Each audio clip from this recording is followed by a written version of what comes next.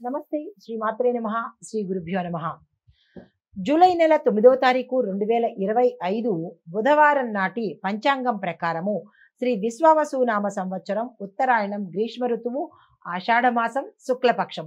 ఈ రోజు సూర్యోదయ సమయము తెల్లవారుజామున 5:51 సూర్యాస్తమ సమయం 6:50 ఈ రోజు తిథి చతుర్దశి రాత్రి 1:33 వరకు. తదుపరి పౌర్ణమి తిథి ప్రవేశము. ఈ రోజు నక్షత్రం మూలా నక్షత్రం తెల్లవారుజామున 4:41 వరకు.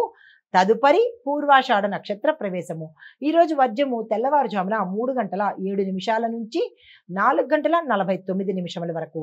ఈ రోజు యమగండ కాలము ఉదయం 7:29 నుంచి ఉదయం 9:06 వరకు.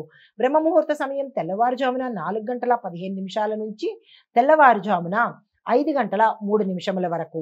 అభిజిత్ ముహూర్తం ఈ రోజు లేదు. నమస్తే. తదుపరి రాశి కర్కాటక రాశి. ఈ రాశి వారి యొక్క గ్రహస్థితి చంద్రుడు 9వ స్థానంలోను బుధుడు లగ్నంలోను సంచారం చేస్తున్నారు.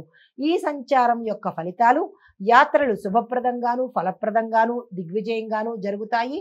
విద్యార్థులకు శుభవార్తలు వినే అవకాశం కనబడుతోంది.